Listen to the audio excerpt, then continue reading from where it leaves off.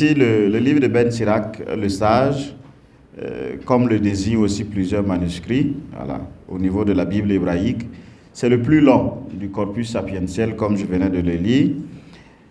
S'il n'est pas repris aussi dans le canon de la BH, il se trouve cependant dans les traductions juives de la Septante. C'est un livre qui ne fait pas partie de la Bible hébraïque. Voilà, le livre de Siracide, tout comme la sagesse aussi de Salomon. Ces deux livres ne font pas partie. Parce que selon les critères de définition, pour faire que ces livres fassent partie, il y a un des critères qui n'est pas rempli totalement. Il faut que le livre soit écrit depuis le temps de la royauté jusqu'au IIIe siècle, alors que ces livres sont du IIe et pratiquement même du 1er siècle. Et c'est des livres aussi qui sont teintés de cette culture hellénistique, la culture gréco-romaine. Donc pour eux, il y a quelque chose qui est dénaturé. Voilà. Il faut aussi que le livre soit totalement en hébreu, ce qui n'est pas forcément le cas parce qu'on ne retrouve pas tous les manuscrits pour avoir le livre complet. Qu'à cela ne tienne, en tout cas, dans nos Bibles catholiques, ce livre est bien retenu. Et c'est un livre aussi qui est très proche du livre des Proverbes que nous avons eu l'occasion de présenter. Voilà, parce qu'il prend à beaucoup d'égards des exemples qui sont déjà pris dans le livre des Proverbes. Voilà. Donc, est-ce qu'il y a une caractéristique particulière de ces livres? On verra au niveau des enjeux théologiques, la particularité aussi de ce livre de Ben Sirach le Sage. Ce qui est sûr, il est riche. Voilà, il est riche parce qu'il y a pas mal de thèmes, voilà, qui sont abordés et beaucoup l'ont relevé. Des thèmes aussi qui ont trait à la vie quotidienne et des thèmes aussi qui ont trait aussi à la foi, à la vie de foi. Donc c'est là où ce livre est très intéressant. Je vais vous présenter aussi rapidement donc l'auteur, le contexte d'élaboration, la date de composition du livre. J'ai déjà esquissé quelques éléments, et la structure et les enjeux théologiques du livre. Le nom de l'auteur est communiqué dans le prologue du traducteur. Les quelques versets avant le début du chapitre 1, le nom de l'auteur nous est donné là-bas. Et on dit qu'il est le petit-fils, voilà, l'aïeux, voilà, le petit-fils. Et à la fin aussi du livre, il y a une souscription. C'est comme une signature de l'auteur. Voilà. Et cette souscription aussi dit Jésus, fils de Sira. Voilà. Jésus, fils de Sira, sagesse de Jésus, fils de Sira. Si vous pouvez vérifier ça, la finale du livre. Donc c'est un auteur qui est de Jérusalem et qui aurait enseigné dans une école. Quand on regarde un peu, ne serait-ce que le chapitre 51, le dernier chapitre, le verset 23, on a l'impression que c'est un maître qui enseigne. Voilà. Et son enseignement s'adressait vraisemblablement aussi à des jeunes gens. Parce qu'il revient très régulièrement. Et ces jeunes gens sont aussi les descendants de la classe aristocratique, des bourgeois de l'époque, et qui résidaient à Jérusalem. Donc, au regard donc, de la présentation qu'il fait du livre, on peut aussi penser qu'il était aussi un scribe. Il y a le chapitre 38 jusqu'à 39 là, qui revient là-dessus, qui parle du métier de manuel, qui parle aussi des scribes. Donc, ça doit être quelqu'un qui, effectivement, qui est très bien instruit. Voilà. Et j'ai parlé de la similitude avec le livre des Proverbes, ce qui tranche carrément avec le livre de Job ou bien le livre de Qoéleth qui sont une remise en cause de la théologie ou bien de la sagesse prônée par le livre des Proverbes. Donc, le monde sociopolitique, je parle maintenant du contexte, dans lequel Ben Sirach a vécu, était aussi un monde hellénisé, voilà, la culture gréco-romaine, un monde aussi pétri aussi des valeurs et des idéaux portés par cette culture-là. Donc, Ben Sirach a dû connaître cela. Voilà, même s'il il est juif de Jérusalem, il a connu cette époque. Voilà, c'est pour cela aussi parce qu'il s'est laissé influencé par la culture hellénistique que son livre est plus ou moins rejeté. Voilà. même s'il y en a parmi les rabbins qui utilisent, mais il ne fait pas partie du canon. Donc c'est des livres à côté, théorie testamentaire, tout comme pour nous, ça fait partie du canon, mais pour les autres, il parle de deutérocanonique, accepté en deuxième position. Voilà. Dans ses voyages, donc, il a dû rencontrer pas mal aussi de sages. Voilà. Et c'est cette nouvelle situation culturelle qui, là aussi, interrogé et poussé à mener une réflexion entre la tradition en Israël et aussi ce qu'il a rencontré comme nouvelle culture. Comment amener le peuple à s'accrocher davantage à la loi, voilà, à la Torah, à rester fidèle à l'alliance avec Yahvé. Je pense que son souci premier était bien cela. Voilà, son livre semble à cet égard donc être une réponse à l'adresse de ses coreligionnaires et de ses compatriotes, en vue de leur faire prendre conscience que la vraie sagesse doit être recherchée avant tout dans la tradition des pères, dans la Torah. Beaucoup sont revenus aussi là-dessus, notamment celui qui a présenté le chapitre 24, pour montrer que la sagesse se trouve en Sion. Il a établi sa tente. Alors la sagesse se trouve à Jérusalem, pour montrer que, tous ceux qui sont séduits par la culture hellénistique, c'est bien, mais la vraie sagesse se trouve à Jérusalem. Donc, pour inviter en fait ces coreligionnaires-là à puiser à la source à Jérusalem. Donc, sur la base des indications aussi, on pense que ce livre, au niveau de la datation, est du IIe siècle. Ça, c'est une conviction. Et on pense autour de l'an 190, ce IIe siècle. Quand on se réfère au prologue, on voit que le petit-fils a écrit, dans les versets 26 à 28 du prologue, là, le petit-fils, il dit qu'il est arrivé en Égypte à l'an 38 du feu roi Évergète. Voilà. Et on pense que c'est le roi Évergète II qui a dû régner entre 170 et puis 117. Et également aussi la finale qui fait l'éloge aussi du grand prêtre Simon II. Et ce grand prêtre aussi, on pense qu'il a régné autour de l'an 190. Donc voilà ces indices qui permettent donc de dire que le livre doit être écrit entre 190 et 175. Parce qu'il n'a pas connu aussi l'époque des Maccabées, qui est marquée par cette persécution. Voilà.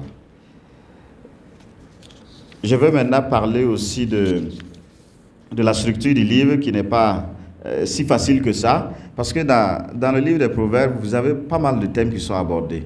C'est difficile de trancher, de dire qu'à partir de ce chapitre jusqu'à la fin, ça constitue une partie. Mais bon, néanmoins, on s'est dit quand même il faut aussi pouvoir trouver, même si avec la multitude des thèmes, il y a les comparaisons des images, vous avez par exemple les proverbes numériques, vous avez des hymnes, vous avez aussi des conseils, voilà, qui sont dans ce livre.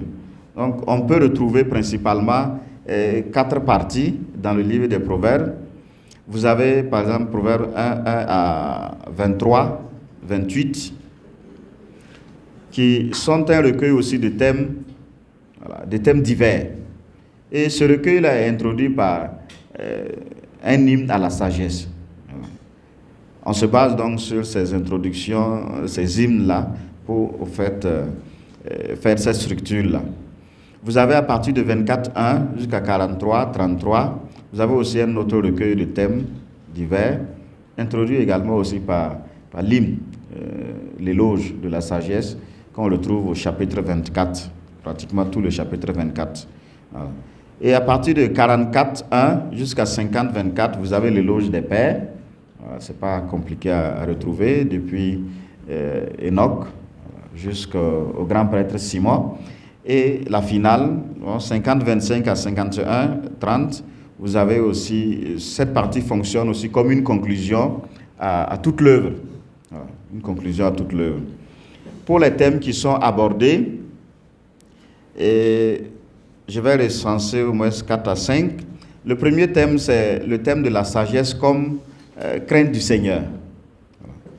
Il y a des débats pour déterminer le thème principal du livre des Proverbes, parce qu'il y en a beaucoup.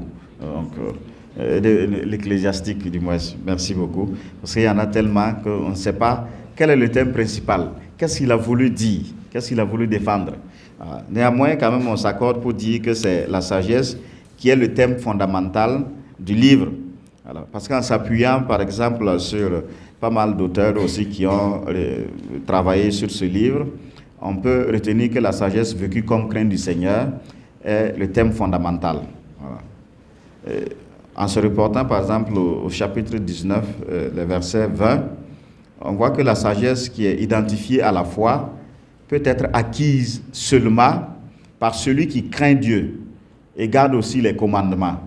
Et Ben Sirac le dit, il le dit clairement, que toute sagesse est crainte du Seigneur, et en toute sagesse, il y a l'accomplissement aussi de la loi qu'on retrouve. On verra un peu plus loin que c'est quelque chose d'original.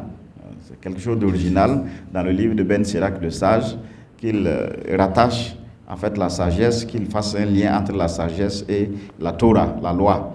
Donc, tant l'expression crainte de Dieu et aussi le mot sagesse qui revient très régulièrement dans le livre de Ben Sirac, le sage, beaucoup donc sont d'accord que c'est la sagesse qui est le thème fondamental. Alors, toute sagesse vient du Seigneur et elle est près de lui à jamais.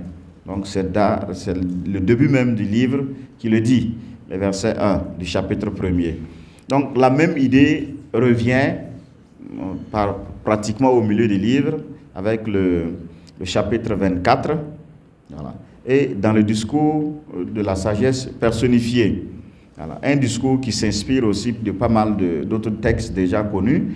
Vous avez dans le livre des Proverbes, on parle aussi de la sagesse comme étant la crainte du Seigneur. Si vous prenez le livre de la sagesse de Salomon, vous avez le chapitre 9 aussi qui revient là-dessus. Même dans le livre des Proverbes, il y a pratiquement tout le chapitre 8. Vous avez dans le livre de Job également aussi tout le chapitre 28 encore qui revient sur le thème de la sagesse personnifiée, ou bien qui fait l'éloge de cette sagesse-là.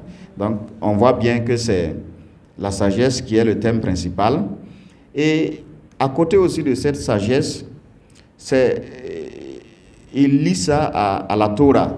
Ben Sirac est le premier de la tradition sapientielle à établir un lien entre sagesse et Torah.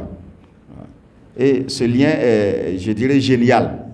Ça nous permettra même dans le Nouveau Testament de développer aussi une nouvelle théologie de la loi, ou bien de la sagesse, avec particulièrement l'apôtre Jacques, qui va parler aussi de la foi et des œuvres.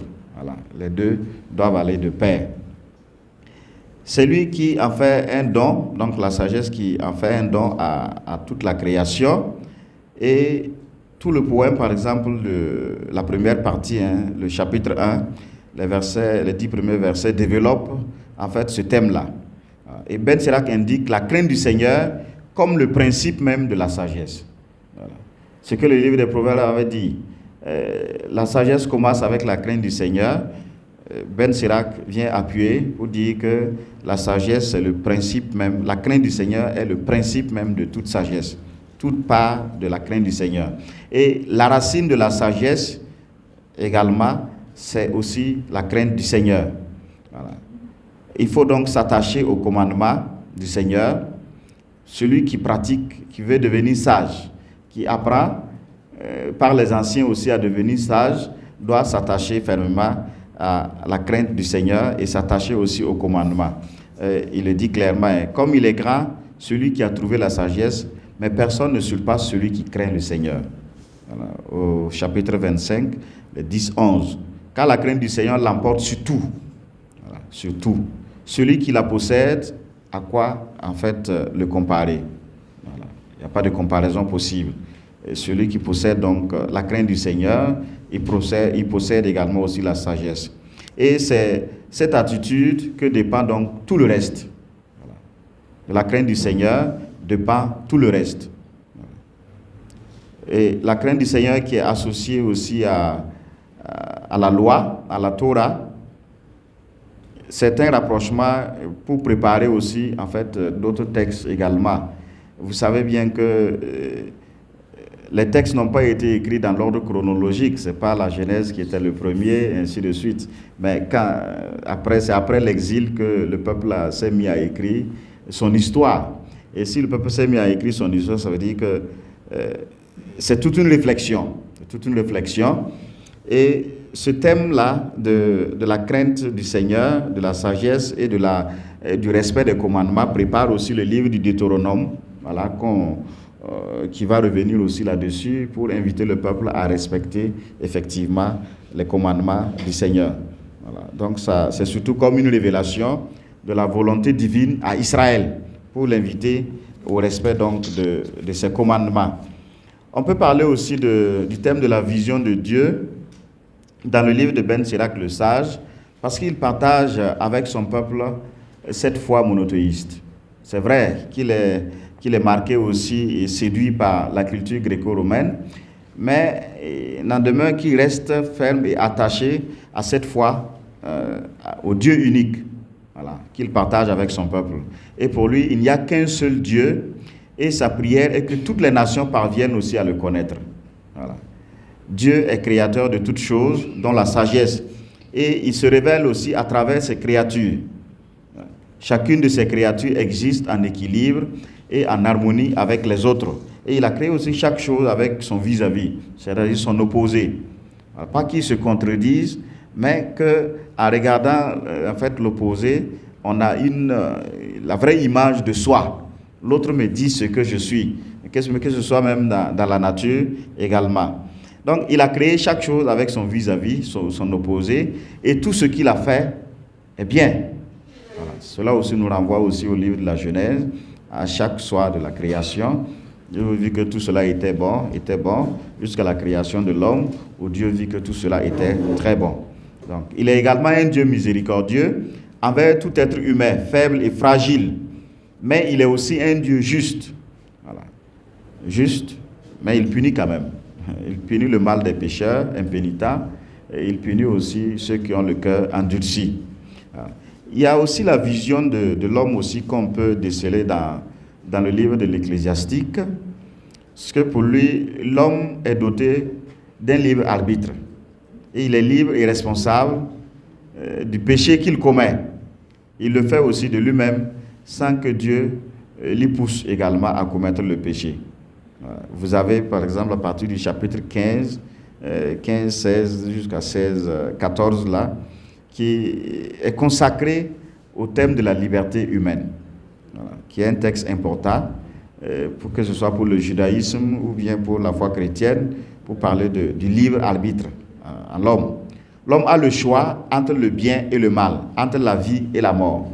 Voilà. Vous voyez qu'il rejoint encore aussi le livre du Deutéronome, qui parle aussi de la dualité des choses, la vie et la mort, qui parle aussi du mal et du bien, voilà, de la bénédiction et de la malédiction également. Donc l'homme est libre, il peut choisir. Donc, et comme il peut choisir, il répond de ses actes. Voilà. Il répond de ses actes. En tout cas, en tout état de cause, il est doté d'intelligence et de discernement pour mener une vie conforme à la volonté divine. Le mal vient ainsi d'un mauvais usage de la liberté. Voilà. On pourrait donner l'impression aussi que Siracide est partisan d'une vision déterministe aussi de la réalité.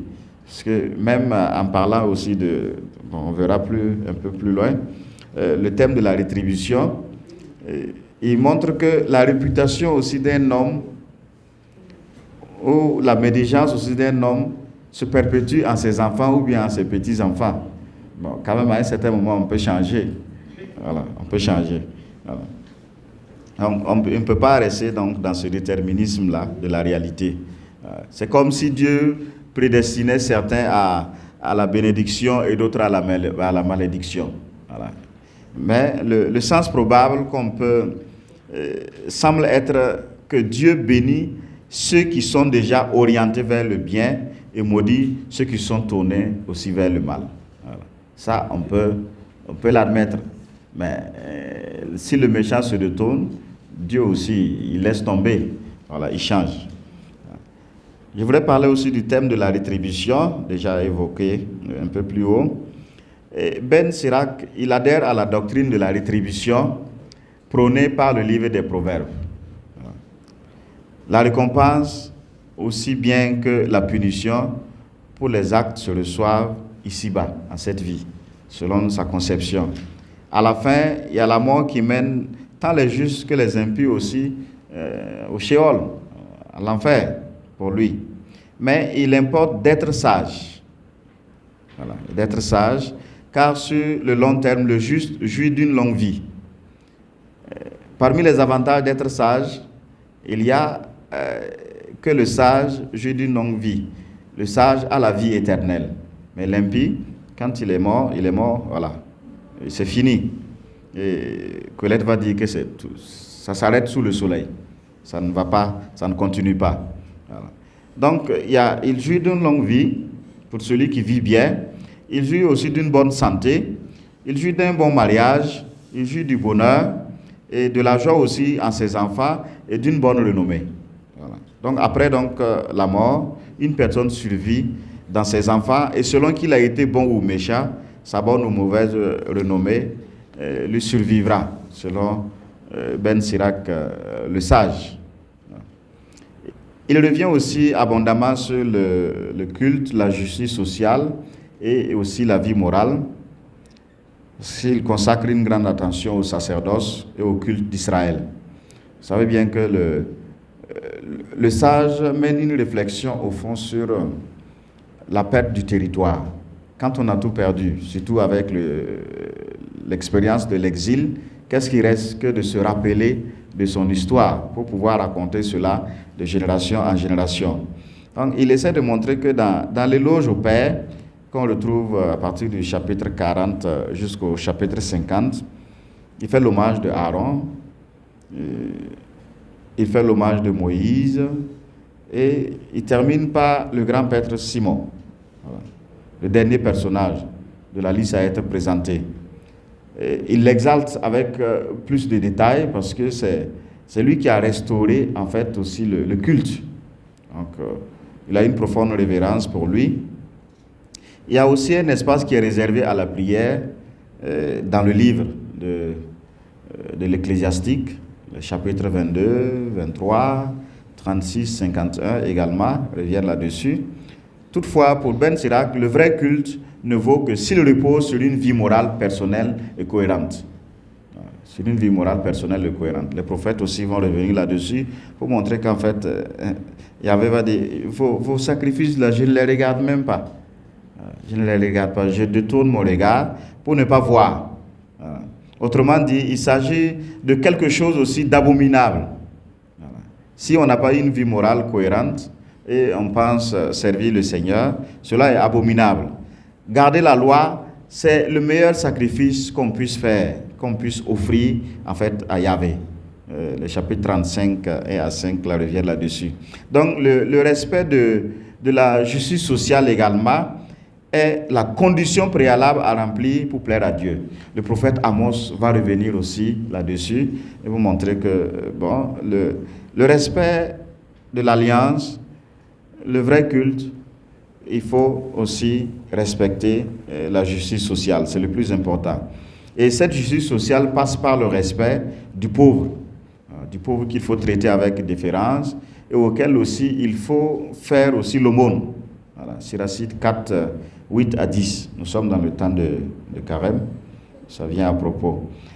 J'ai gardé un dernier thème aussi qui porte sur la femme, comme notre assemblée est une assemblée plus féminine, donc j'ai choisi ce thème-là à dessein. Vous pouvez voir volontiers le chapitre 25 et le chapitre 26. Il y a tellement d'affirmations de Ben Sirac sur la femme, et je dirais que ces affirmations-là sont empreintes d'un préjugé négatif et beaucoup de misogynie. Voilà.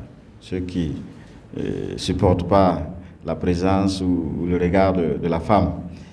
Ce qui ne manque pas de choquer normalement les lecteurs ou les lectrices ultramodernes que nous sommes. Alors, il faut dire que le regard que Ben Sirac pose sur la femme est fondamentalement tributaire de la société aussi patriarcale. On ne peut pas lire et interpréter le texte de la même manière aujourd'hui. cette interprétation va fondamentalement changer. Voilà. Si c'est une société patriarcale où les femmes ne sont pas comptées, même Jésus, en son temps là, il faisait ça. Quand il nourrit la foule, on dit bon, jusqu'à 5000, les hommes et les enfants sans compter, voilà, les femmes. Bon, c'est la mentalité de l'époque. Voilà. D'où il fait un portrait peu flatteur qu'il esquisse de la femme presque à chaque fois qu'il en parle. Quand il a l'occasion, il revient sur un des aspects. Par exemple, dans le chapitre 25-26, là, il parle de la méchanceté de la femme. Et au même moment encore, il parle aussi de heureux l'homme qui a trouvé la femme excellente, la femme parfaite. Qu'est-ce qu'il veut dire? Il souffre et puis bon, c'est le chaud et le froid en même temps qui nous donne. Voilà. Et ça frise, je dirais, en fait, la vulgarité, quoi. Ça frise la vulgarité. Et également aussi au chapitre 42, en 2 ou 3 versets, là, 12 à 14, il revient aussi là-dessus. Voilà. Dans l'hommage aux anciens, les chapitres 40 à 50, vous ne verrez pas de figure féminine non plus. Et pourtant, il y en a eu. Il y a Judith, il y a Esther, voilà. Il y a pas mal. Rahab, même Rahab la prostituée qui est aussi retenue. Donc, il y en a pas mal. Mais il fait fi de tout cela. Voilà. C'est vrai qu'il est teinté de cette mentalité de l'époque. Et puis, bon, il ne les mentionne pas. Voilà. Dans le chapitre 36, encore, il revient aussi là-dessus en parlant du choix d'une femme, les critères pour choisir une femme. Voilà. Donc, vous voyez, il indique donc cela. Oh, c'est surtout à des hommes qui l'enseignent. On a l'impression, dès le début, là, on avait dit que c'est un maître, mais qui enseigne à de jeunes gens. Comme c'est à des jeunes gens, il faut comprendre que c'est pour aiguiser davantage aussi les critères de choix pour l'avenir. Voilà. Donc, c'est pas, je dirais que c'est pas contre la foi et les mœurs, mais pour nous, aujourd'hui, cela est inacceptable. Voilà.